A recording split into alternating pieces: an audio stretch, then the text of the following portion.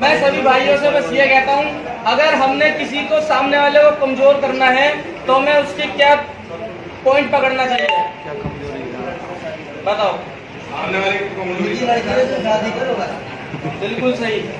अगर हमने मुसलमानों को कमजोर करना है तो सबसे पहले हमें उनकी लड़कियों पे टारगेट करना होगा। जहाँ हम उनकी लड़कियों पे टारगेट करेंगे अपने आप ही साले कमजोर हो जाएंगे।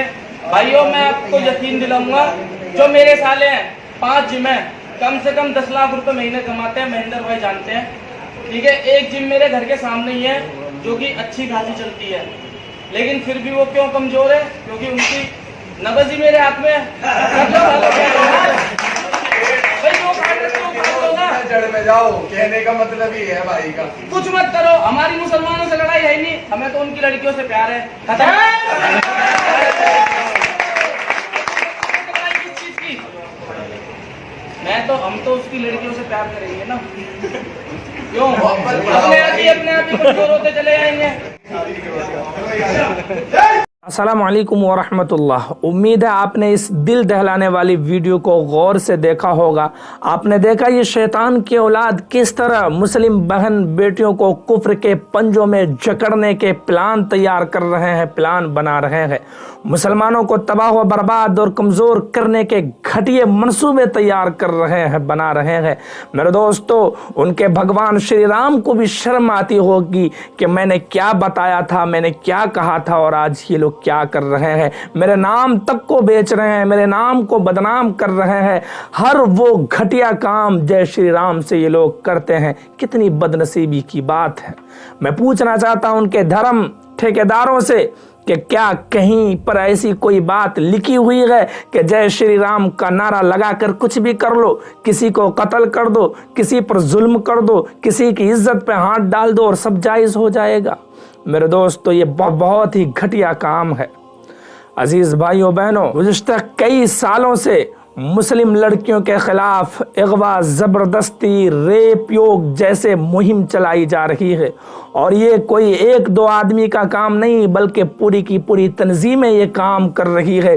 और मुल्क भर में हज़ारों ऐसी तंजीमें हैं जो इसी काम के लिए फ़िक्रमंद है। दोस्तों, ये लोग वो भेड़िए हैं जो मोहब्बत का जाल फैलाकर मुस्लिम लड़कियों की इज्जत और आबरू से खिलवाड़ करते हैं, फिर उन्हें यूं ही बेसहारा और बेमददगार छोड़ देते हैं।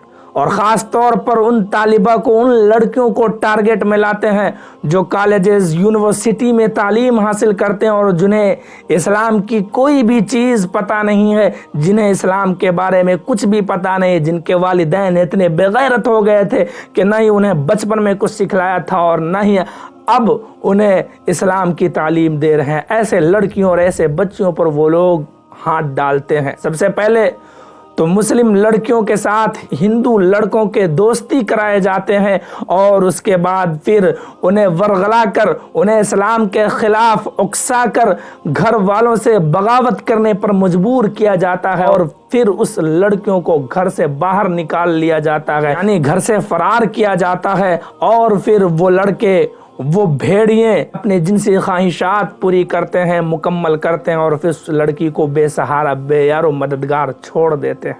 ये मुसलमानों को कमज़ोर करने, मुसलमानों को तबाह बर्बाद करने की साजिशें हैं मेरे दोस्तों, समझना चाहिए। ऐसे हालात में, ऐसे नाजुक दौर में मुसलमानों को क्या करना चाहिए?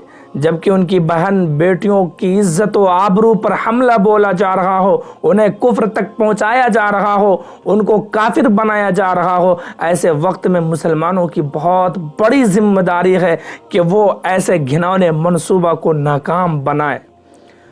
सबसे पहले तो ये करें कि अपने घरों में इस्लामी माहौल पैदा करें, इस्लामी तालीमात अपने बच्चों को खूब दें, और इस्लामी अकायद को उनके जहन में बिल्कुल सही तौर पर भर दें, और इस तरह कहें कि इस्लाम के अलावा अल्लाह पाक के नज़दीक कोई दीन काबिल कबूल नहीं, इस्लाम के अलावा दुनिया में कोई मज़हब सच्चा और पक्का नहीं है। मेरे दोस्तों, अगर आज आपने अपने बच्चियों को यूं ही छोड़ दिया और खुदा न खास्ता वो मुर्तद हो गई, वो काफिर हो गई, वो किसी भेड़िए के हाथों भेंट चढ़ गई, तो कल क़यामत के दिन कभी माफ़ नहीं करेगी।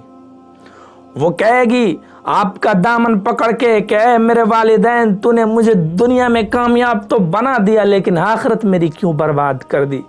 کاش کہ تم دنیا میں مجھے اسلام پڑھاتے، مجھے قرآن پڑھاتے، مجھے اللہ کے نبی کی حدیث پڑھاتے تو میں دنیا میں ایسے ایسے کام ہرگز نہ کرتی۔ اس وقت آپ کے پاس کوئی جواب نہ ہوگا۔ منع نہیں کرتا ہوں کہ آپ اپنی بچیوں کو، آپ اپنے بچے کو اسکول و کالجز میں نہ پڑھائے ضرور، لیکن ایسے اسکول اور کالجز میں ہرگز نہ پڑھائے جہاں پر اس طرح کے گنڈے رہتے ہو، جہاں پر اس طرح کے جال پھیلائے جاتے ہو، جہاں پر اس طرح کے مکار لوگ ہوتے ہو کہ ان کے دین و ایمان کو برباد کر ڈالے۔ خدا کی قسم ایسی دنیا سے کیا فائدہ جو آپ کا ایمان تک صحیح نہ رہنے دے، ایسے کامیابی سے کیا فائدہ جو آپ کے ایمان کا جنازہ نکال کر رکھ دے۔ امید ہے آپ اس ویڈیو سے بہت کچھ سمجھ گئے ہوں گے۔ اس کلپ کو، اس ویڈیو کو ضرور دوسروں تک شیئر کیجئے۔